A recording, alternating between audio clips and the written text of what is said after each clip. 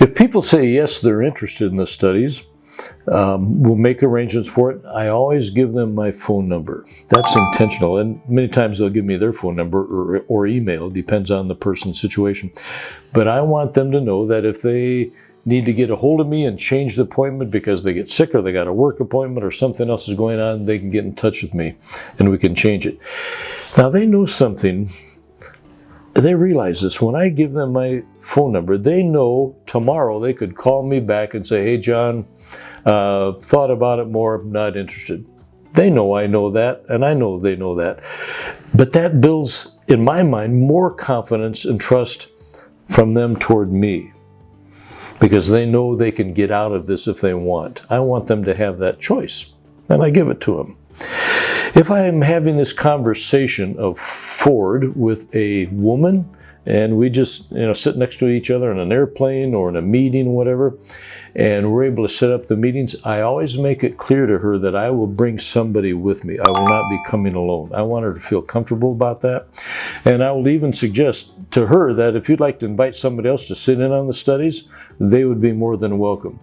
I want her to feel comfortable that she's not being put in an awkward situation here. That's very important. If the person says, no, I'm not interested, I always say to them, well, if you ever are interested, just let me know. You've got my phone number now, and I'm available.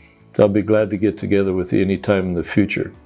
Now, if you get a little bit more experienced in this and have some background in this, and they say, no, they're not interested in these studies, another option can be pursuing a little bit further and saying, no, just curious, what do you believe happens to somebody when they die? And you can see where that conversation goes. They have no proof that there's no life after death.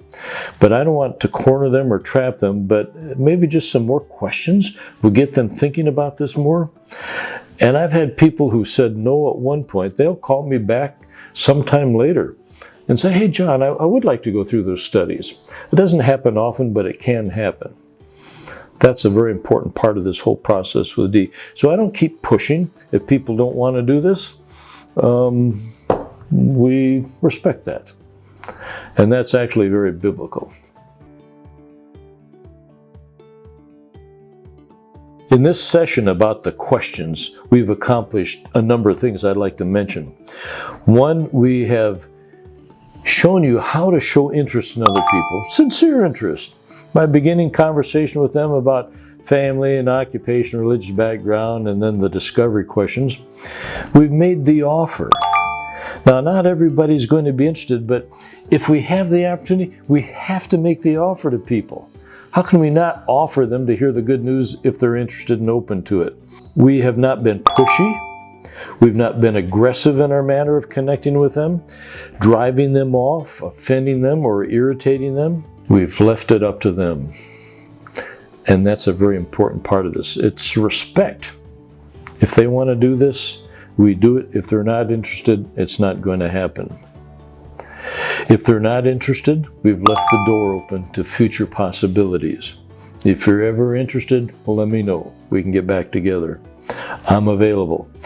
And then we move on to other topics and talk about something else. We just don't keep pressing them, I got to convert them right now. I got to get a yes out of them. We don't do that. And there's some people who are just not going to want to listen.